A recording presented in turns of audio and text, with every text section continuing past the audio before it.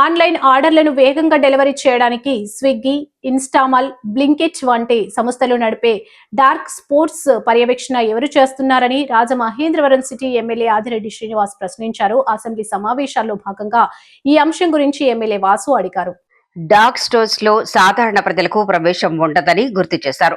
అలాంటప్పుడు పళ్ళు, కూరగాయలు, మాంసం వంటి నాణ్యత ఎంత, అవి ఎంతకాలం ఉంటాయనే విషయాలను ఎవరు తనిఖీ చేస్తారని ఆయన ప్రశ్నించారు. ఇటీవల రాజమండ్రవరంలో కల్తీ పాల సంఘటన ఆయన ప్రస్తావించారు.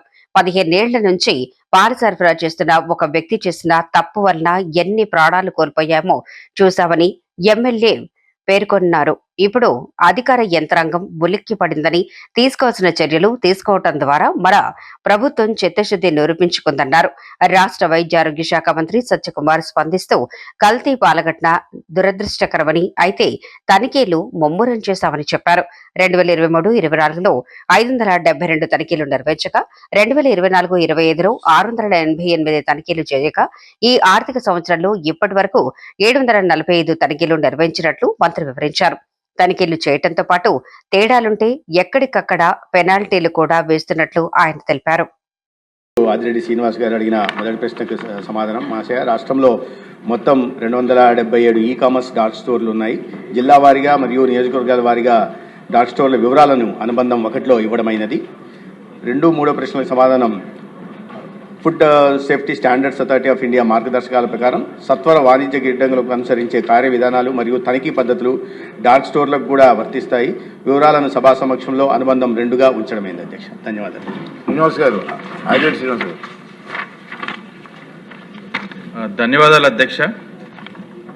నేడు టెక్నాలజీ పెరుగుతున్న కొద్దీ సౌకర్యాలు పెరుగుతూ ఉన్నాయి. కానీ అదే సమయంలో ప్రజల యొక్క ప్రాణాలకు కూడా ముప్పు కూడా పొంచి ఉంది అధ్యక్ష. మన నగరాల్లో స్విగ్గీ, ఇన్స్టామార్ట్, జెప్టో, బ్లింకిట్ ఇవన్నీ కూడా 10 నిమిషాల్లో డెలివరీ చేస్తామంటూ డార్క్ స్టోర్స్ పేరిట రహస్య గోడౌన్ నడుపుతున్నారు. 10 నిమిషాలకే వేగవంతమైన డెలివరీ అని చెప్పి వినియోగదారులు కూడా ఆర్డర్ చేస్తున్నారు. కానీ ఆ వస్తువులు చేతికి అందే వరకు దాని యొక్క నాణ్యత ఎవరికీ తెలియడం లేదు అధ్యక్ష. ఇప్పుడు మీకు కొన్ని బిస్కెట్స్ అని, చిప్స్ అని వీటికి ఎక్స్పైరీ డేట్స్ ఉంటాయి. కానీ మార్ట్స్లో ఆర్డర్ చేస్తున్న కూరగాయలు కానీ, పండ్లు కానీ, మాంసం అలాంటి వాటిపైన ఎక్స్పైరీ డేట్ ఎక్కడ ఉంది అధ్యక్ష? ఇవి ఎన్ని రోజులు నిల్వ ఉంచుతున్నారు? వాటిని తాజాగా ఉంచడానికి ఏమైనా కెమికల్ వాష్ చేస్తున్నారా? వీటిని పర్యవేక్షణ ఎవరు చేస్తున్నారా అన్నది తెలుసుకోవాల్సిన అవసరం ఉంది అధ్యక్ష. ఎందుకంటే ఇటీవలే రాజమహేంద్రవరంలో మనం ఒక కల్తీ పాల సంఘటన చూసాం. ఇటువంటి డార్క్ స్టోర్స్లో కూడా పాలు, ఇతర డైరీ ఉత్పత్తులు స్వచ్ఛమైనయా కాదని ధృవీకరించుకోవాల్సిన అవసరం ఉంది. 15 సంవత్సరాలుగా వ్యాపారం చేస్తున్న పాల వ్యాపారి చేసిన ఒక తప్పు వలన ఎన్ని ప్రాణాలు కోల్పోయినాయి అన్నది మనం చూసాం అధ్యక్ష. ఇప్పుడు మనం అధికార యంత్రాంగం అంతా ఉలిక్కిపడి అది పునరావృతం కాకుండా తీసుకోవాల్సిన చర్యలన్నీ తీసుకొని మన చిత్తశుద్ధి నిరూపించుకుంటున్నాం.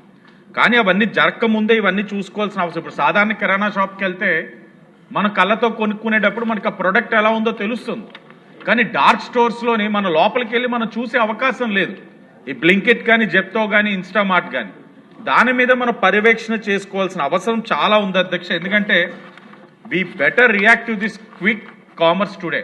అంటే మనం వ్యాపార సంస్థలో ఉండాలి, ప్రజల యొక్క ఆరోగ్యానికి కూడా బాధ్యత తీసుకోవాలి. ఆ విధంగా కూడా ప్రభుత్వం వాటి మీద పర్యవేక్షిస్తూ డార్క్ స్టోర్స్లో ఉన్న ప్రొడక్ట్స్ పైన పర్యవేక్షణ ఎప్పటికప్పుడు ఉండాలని మీ ద్వారా మంత్రి గారిని కోరుతా ఉన్నా అధ్యక్ష.